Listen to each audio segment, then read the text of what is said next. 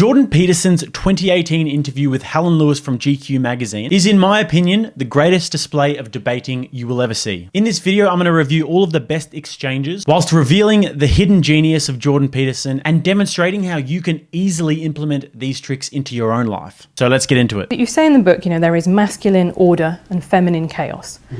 No, actually, I say that those are symbolic representations of the two things. Right, okay. So why? Why is order masculine?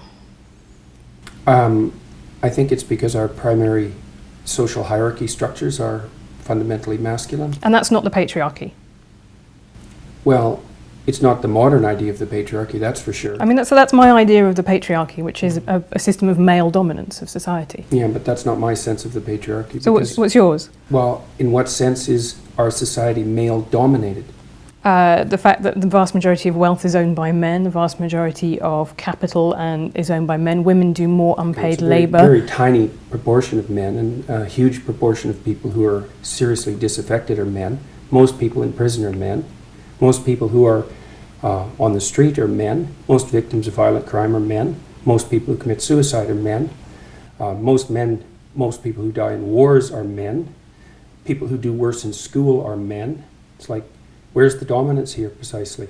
What you're doing is you're taking a tiny substrata of hyper-successful men and using that to represent the entire structure of Western society. There's nothing about that that's vaguely appropriate. You may not have noticed this here, but Peterson sets a trap for her. From the off, he understands that she is out to get him. He understands the way she thinks and he walks her straight into a trap. When he asks in what sense is our society male dominated, he knows exactly what she's going to say. She's just going to list off all of the generic things. And he also knows that not only can he mirror that and give examples to the contrary, he can give better examples and more of them, which is an extremely effective debate tactic. If you can mirror what somebody says and then one-up them, you win that exchange. This is a trope that people just accept. Western society is a male-dominated patriarchy. It's like, no, it's not. That's not true. And even if it has a patriarchal structure to some degree, the fundamental basis of that structure is not power. It's competence. That's why our society works. It's only when a structure degenerates into tyranny that the fundamental relationships between people become dependent on power. It's not power. If you hire a plumber who's likely to be male, it's not because there's roving bands of tyrannical plumbers forcing you to make that choice. And it's the case with almost every interaction that you have at the face of our culture. You're dealing with people who are offering a service of one form or another, who are usually part of the broad middle class, and what you're looking for is the person who can offer the best service, and you can find it. It's not a consequence of being dominated by anything that's tyrannical. This whole patriarchy thing, I think you have no idea how pernicious and dangerous it is. Well, no, I don't. I really don't. Go on. Throughout history have fundamentally cooperated to push back against the absolute catastrophe of existence. A terrible death rate, the probability of chronic starvation, early death, disease, the difficulty of raising children with all the death that was associated with that. And to look backwards in time and say, well, basically what happened was men took the upper hand and persecuted women in this tyrannical patriarchy. It's absolutely dreadful misreading of history. It's a terrible thing to teach young women, and it's a horrible thing to inflict upon men. What we've just seen Dr. Peterson do is put an idea forth and then substantiate it with a multitude of concrete examples. He makes this look totally effortless, but I'm telling you, it is not an easy thing to do, and it's so effective in conversation. I absolutely disagree with you. I think that's like saying slavery in the US was actually, most people cooperate. Well, no, you didn't. You had a system where one set of people owned another set of people. And until women got full legal rights, they could own property for themselves, they could work. Essentially, they were owned. They were first owned by their fathers and then by their husbands. Status to the domination by men. Yeah. You already said that you thought that what emancipated women primarily in the 20th century was technological revolution. No, not primarily, but that's one of two. I think that's two things. It's not primarily, eh? No, you don't think the pill was a primary force in the emancipation of women? I think or the invention of tampons, let's say, or the provision of proper sanitary facilities, toilets, and that sort of thing. You're thinking instead it was the action of courageous feminists in the 1920s that produced a social revolution that overthrew the patriarchy. That's your theory. Yeah, I think that's a foolish theory. Look at the difference in how they present here. I mean, the first few times I watched this debate, because I've watched it many times, I thought it was even, but the more I watch it, the more I realize how dominant Peterson was here. And maybe you think the Cathy Newman debate was better, but I'll tell you, Helen Lewis is a very, very smart lady. Cathy Newman was a layup. I'm just trying to work that out. I mean, But one of the key factors to this debate is that Peterson comes across as very genuine, thoughtful, learned, and sincere. Helen, however, comes across as very smug, condescending, and sarcastic. She's constantly smirking and scrunching her eyebrows, which just makes her come across as very disingenuous. See, this is where I find you fascinating to me, because, you talk in these quite apocalyptic terms. I think that, someone who will listen to that and think, wow, there's a really big problem. But what we're really talking about is some irritatingly postmodern professors and some students with blue hair and funny ideas about gender in a handful of courses around America and Western Europe. If that's what we were talking about, no one would have paid attention to me for more than about 15 minutes. So you might see this as some surface manifestation that's irrelevant, but that isn't how most people view it. It's not just some kids having a decent time while they're being creatively rebellious at university. It's a much deeper problem than that. You may be thinking that this interview has aged very well for Dr. Peterson, and it has. Look how much carnage has been caused since 2018. Woke ideas have been ubiquitously adopted by massive brands and corporations worldwide since 2018. Peterson was not talking about a few rogue professors, and his ideas have been completely vindicated and continue to be. The doctrines that I'm opposed to are predicated on, well, one assumption they're predicated on, it's probably the primary assumption, is that the best way to view history is as the domination of a tyrannical male patriarchy, and that's true also particularly of the West, which is a doctrine I find absolutely unpalatable and historically absurd, biologically ridiculous, and ungrateful, among other things. Who's ungrateful, sorry, in that? Who is being ungrateful? Look at what you have. Right. You live in the best society that's ever been created. I was reading about some Indonesians. Do you mean me as a woman or me as a 21st us. century person in the world? I mean us, yeah. I'm incredibly grateful for what I have, but to me the project of politics a is... construction of a tyrannical patriarchy. You're grateful for the productions of a tyrannical patriarchy. How does that make sense? Because I think life is good. I think it could be better. That's what being fine. a progressive That's a perfectly means. reasonable proposition. But I guess that isn't commensurate with your claim that you're the beneficiary of a tyrannical patriarchy. Why not? How can it be good if it's the consequence of a tyrannical patriarchy? Tyranny isn't good, is it? I mean, that's the definition of tyranny. Something that isn't good, and yet it's produced all these things that you're grateful for. Like, doesn't that contradiction bother you? Where did what was good come from? I think I'm benefiting actually from a lot of things that I don't support, that are unearned privileges in my life. I think that's absolutely true. Like your job? Like I have a very good job. I had a loving family. Well, I don't think that's going to do the world any good, is it? That's a hell of a fine rationalization for your privileged position. Oh, well, fair enough. But if you could trade it off with someone who's less privileged. That'd be a start. I could do that, but I don't want to, and I won't, and I don't think I should be expected to. Why not? Is it okay for you to occupy a position of privilege in the patriarchal tyranny? And if it is it because you're female, or is it just because it's convenient? Let me tell you my political philosophy. I guess I'm a social democrat. So what I believe is that you should, if you have a good life, you should try and pass that on. I believe in a progressive redistributive tax system, for example. It was once said by Lord Mandelson in British politics, New Labour was okay with people being filthy rich as long as they paid their taxes. Now, I'm kind of less okay with people being filthy rich. But define filthy rich. Well, I think I would leave that You're probably in the top 0.1% of people who've ever lived on the planet. That would constitute filthy rich by historical standards. Okay, but I'm not sure that I'm going the line exactly? Be able to help the Neanderthals at this point, really, by giving up some money. What we've just seen from Dr. Peterson is a great display of what I like to refer to as verbal ping pong. And to be good at this, you have to be very confident with what you're talking about, and you have to be very sharp as well. Peterson is an expert at this, and you'll see this throughout many of his interviews. He has the ability to put someone against the ropes by constantly throwing out short and sharp points that hit home. And like we've seen here, it can overwhelm the other person and and cause them to deflect and bail out somehow. The Neanderthals. Despite the fact that he would be rather agitated in this situation, Look, let's go all cognitive neuroscience on this, shall we? he basically assumes the same position throughout the entire interview and barely moves. If he were to change positions constantly, however, and be fidgeting, he would be clearly demonstrating this anguish. Everybody One else of in the the things middle. that I've strived to do is not to become resentful. Well, okay, that's very good. I have to say that your Twitter feed does not give me that impression. You come across as somebody who takes criticism very much to heart. Is that true? I don't think you have any grounds for that suggestion. I mean, you've seen my interviews online. If I was someone who took criticism at heart, I'd be in a lot more trouble than I am now. People tend to show their worst on Twitter, and some of that's a consequence of the structure of the technology. I think I certainly agree with you. I think that's something that we agree on there. I think people are rarely at their best on Twitter. Do you think you'd be less angry if you weren't on Twitter? That's something I think quite a lot. I would be come into contact with less things that annoyed me on a daily basis. Oh, I think there's no doubt about that. Yeah.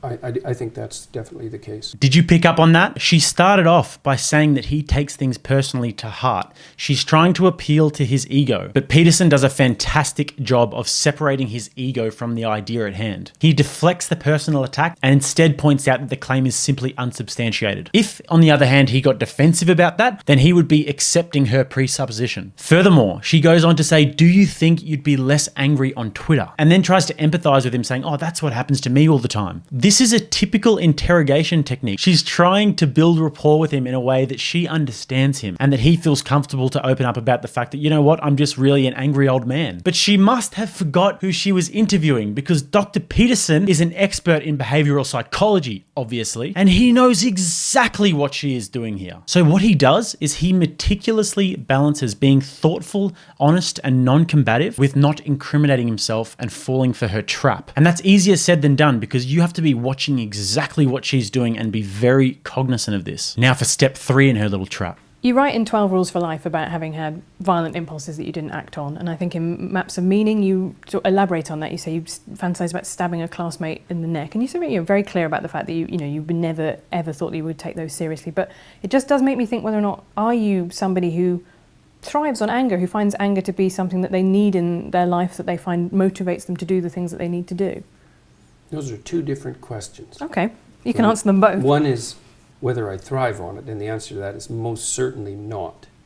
So I actually don't like conflict. It's Then very how hard have you on ended me. up doing this as a job, which is arguing with people, right? Just because no, that's not my job. It's not to argue with people. I'm trying to do everything I can to bring people who are trying to develop a vision for their life together and to encourage them to act more responsibly, but not in a finger-wagging sort of way, but because I've come to understand that the meaning that sustains you in life is mostly to be found through responsibility. And through the voluntary adoption of responsibility, you're very likely to find your fundamental strength. And I think that that's clinically unassailable observation. And that's all very good, and I'm very pleased to be doing it, and it seems to be having a salutary effect as far as I can tell. And but it's not because I thrive on anger. Notice there, when she was attacking him personally and basically insinuating that he's really just angry and that he thrives on anger, he was very calm and deliberate in his delivery. Contrast this now with how he responds when she attacks the ideas. So let's get on to the lobsters. It's scientifically bollocks, right? It's just, you cannot read across from lobsters and what they do to what humans do. Of course you can. That's why serotonin works on lobsters. Hey, rock lobster! But it works in two different ways. So serotonin makes lobsters more aggressive, it makes humans it makes them more less dominant. aggressive.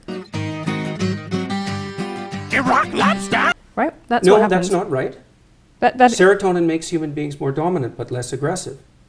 And the only reason it makes them more dominant is because they're less irritable and they're less defensively aggressive. So it's not bollocks. I know my neurochemistry. So if you're going to play neurochemistry, let's go and do it. Okay, well, you say antidepressants work on lobsters. Yes, they do. They make a lobster that's been defeated in a fight more likely to fight again. That's not the same mechanism that It's the happens same in mechanism. humans, Yes, because it is. lobsters It's the don't same get mechanism. depressed as the way that humans are. I think you're anthropomorphizing into a ridiculous degree. These are I think creatures that urinate out of their faces. I think that the fundamental issue among knowledgeable animal behaviorists is that anthropomorphization with animals is generally the appropriate tactic unless you have reason to doubt it, which is because there's continuity between us and animals rather than discontinuity. And the idea that the anthropomorphization of animals is inappropriate is something derived from 1950s behaviorism. The highly trained affective neuroscientists and people who study motivation and emotion as well as neurochemistry know perfectly well that there is biological and behavioral continuity across the animal kingdom and way down into the kingdom as well, which is exactly why I chose lobsters, to indicate that there is so much continuity in the systems that allow us to estimate status position that we share it with creatures that are a third of a billion years old. And the reason that I made that argument was to put paid at least in part to the absurd Marxist proposition that hierarchical structures are a secondary consequence of Western civilization and free market economies, which is as preposterous a perspective as you could possibly develop about anything. Hierarchies are a third of a billion years old. You can't blame them on the West or men or capitalism. This exchange was a 10-7 round. It starts off by her trying to insult his ideas, bad move, and she's very insecure when she asks the question. She even pauses before asking the question, asks it, and then seeks his validation. Peterson then obviously becomes irate, and this is a much better time to become irate because now they're discussing the ideas, now they're discussing the science. Who genuinely, really today is arguing, apart from maybe 3 mad Marxist academics, that there is no such thing as hierarchy. Hierarchies They're not arguing exist. that there's no such thing as hierarchy. Or there They're should be no such arguing thing as hierarchies. Oh, there are plenty of them are arguing that. Really? Because I see that almost never in the wild. A few moments later.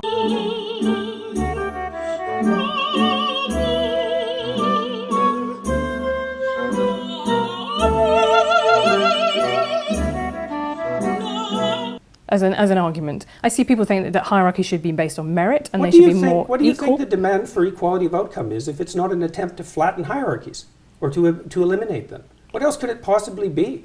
And you don't think the neo-Marxists and the postmodernists think that hierarchy is a social construction?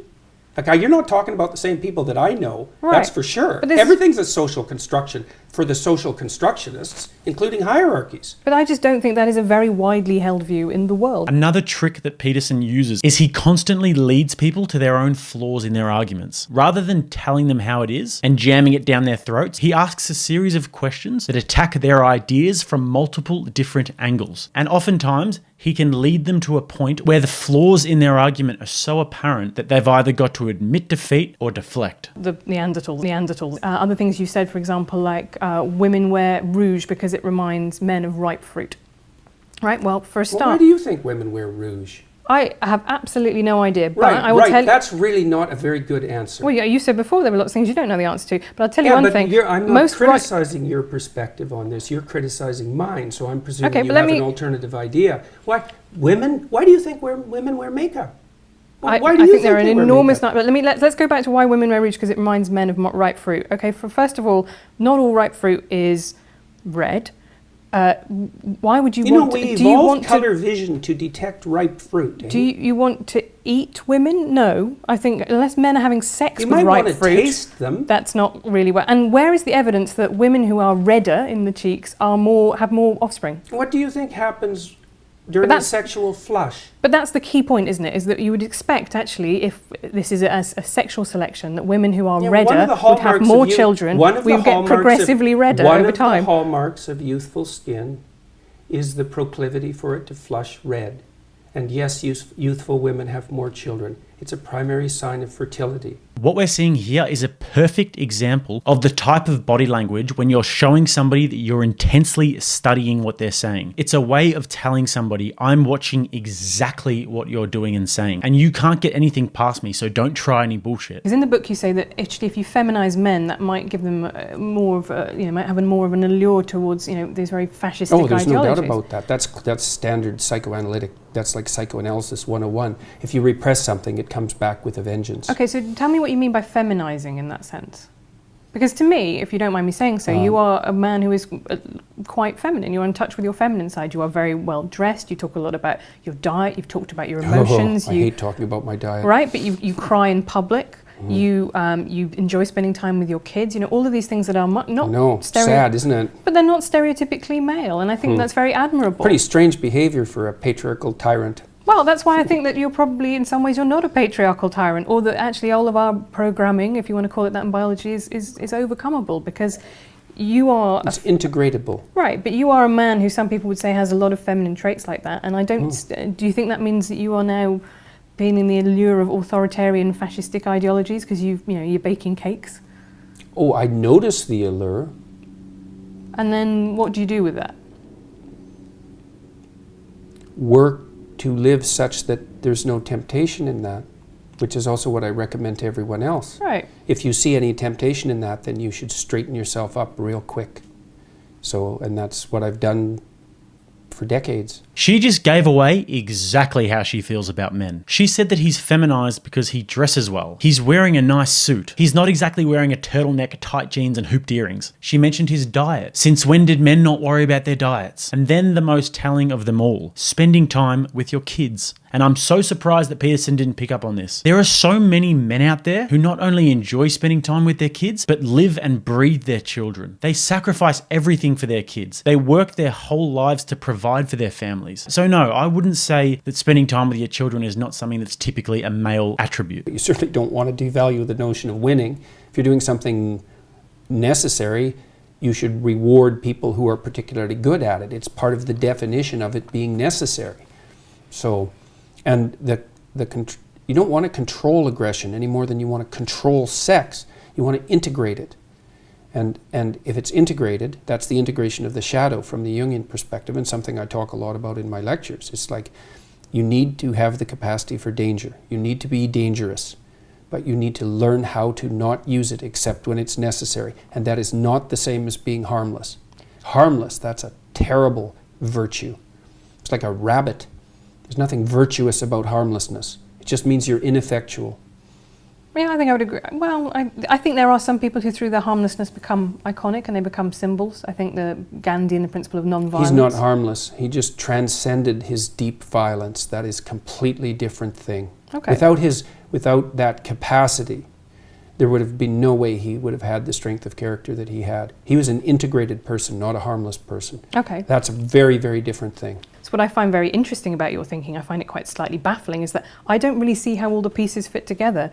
You say that you're not, you believe in God, but there's a lot of emphasis about going back to... No, I actually say I act as if God exists. Right.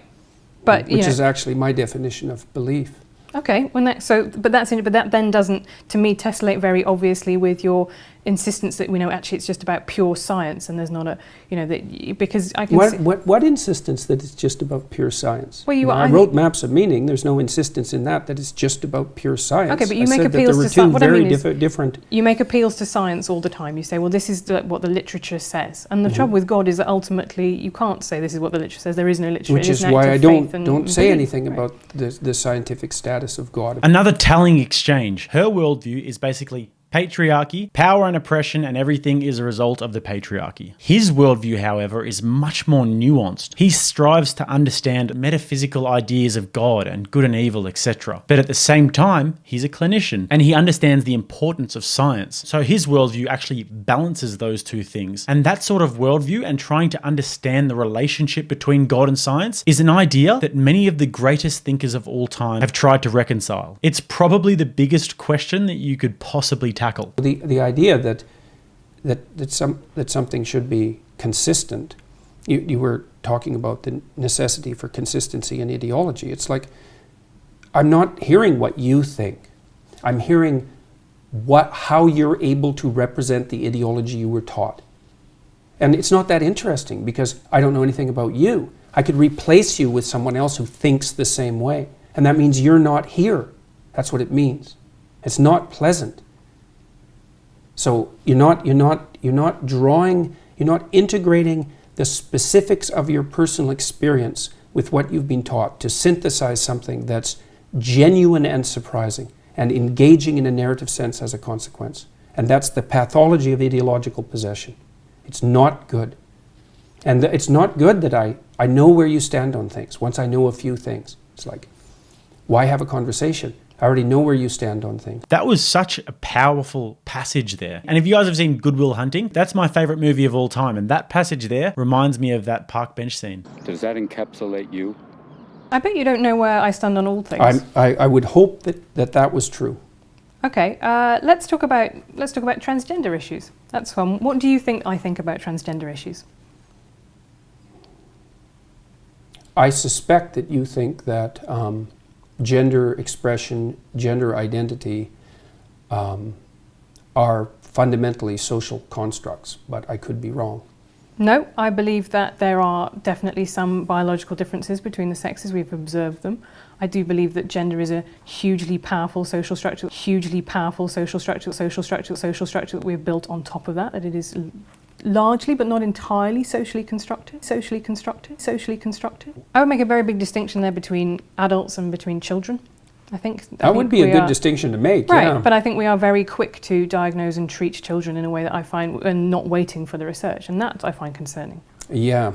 So, yeah, well, the lawsuits will put an end to that in about 15 years. So there's one place that we have found from which that is something that gets me a lot of hate, right? I'm sure it does. A turf and a bigot for that. So right. I don't think that's something that you would have been able to predict, that I think, because that is not now the orthodox feminist position. I agree completely. Oh, isn't that good? So congratulations. We've all learned something. Mm-hmm. Surprisingly, Peterson takes the L here. And one thing about Dr. Peterson is that he's magnanimous in victory and gracious in defeat. And like you just saw, he was very gracious in this defeat. And while I am very critical of her in this interview, I have to give her some credit, because what she just said is very true. She has publicly spoken out against transing the kids, which I think is extremely noble. And the social justice warriors online have come for her. They actually hate her. She is an enemy of that movement. There was a case in America recently of a guy who stabbed his father because he had thought that his father was a Democrat. He was writing stuff for a conservative website.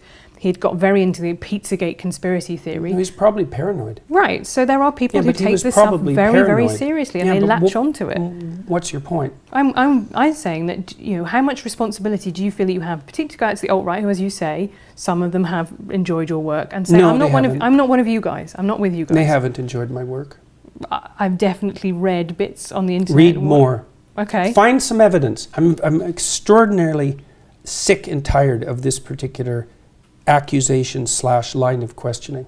I'm no fan of the identitarian right, the ethno-nationalists, the alt-right. First of all, what do you mean by alt-right exactly? Do you mean ethno-nationalists? Do you mean white supremacists? No, I mean people who are on the right but have got their power base outside the traditional media. They see themselves as an alternative. So I see them coming That's a pretty loose definition of the alt-right. Of Rush Limbaugh kind of talk radio, right? People who see themselves in opposition to an Rush establishment. Limbaugh is not the alt-right. No, he's been around for 30 years. Right. First of all, she tries to lump him in with some absolute nutcase who stabbed his father, which has absolutely nothing to do with Jordan Peterson. Furthermore, he picks up on another presupposition that she makes when she says that he mentioned that the alt-right have enjoyed his work. That is totally and utterly wrong. The alt-right, which is not Rush Limbaugh, hates Jordan Peterson. And I did a panel a while ago with Zarganara, a Burmese comedian who was imprisoned for making a joke, right? And we are not yet at that stage. I think, undoubtedly, We're not. We're damn close. Really?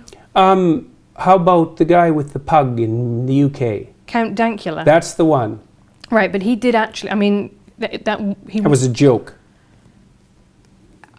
You might not have liked it. I didn't say it was a good joke. I didn't say it was an appropriate joke. I didn't say any of that. I didn't say it was a well thought through joke. But it was a joke.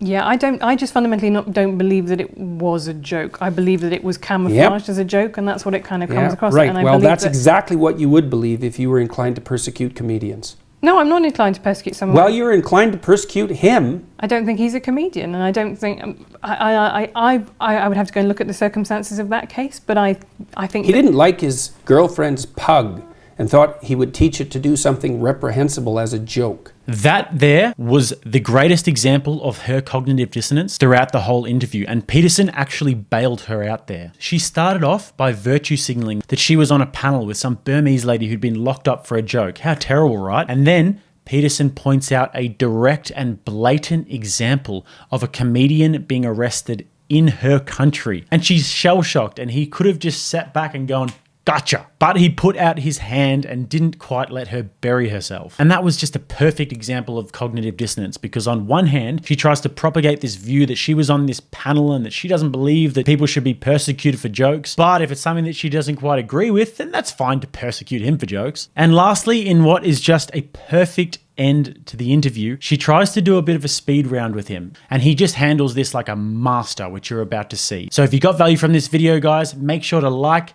and subscribe. Check me out on all socials, and with that, watch and learn. How would your life have been different if you'd been born female? Multiple orgasms. It's not a bad one. What's your biggest regret? That I didn't take advantage of the opportunity to learn to play the organ when I was 7. How would you like to be remembered?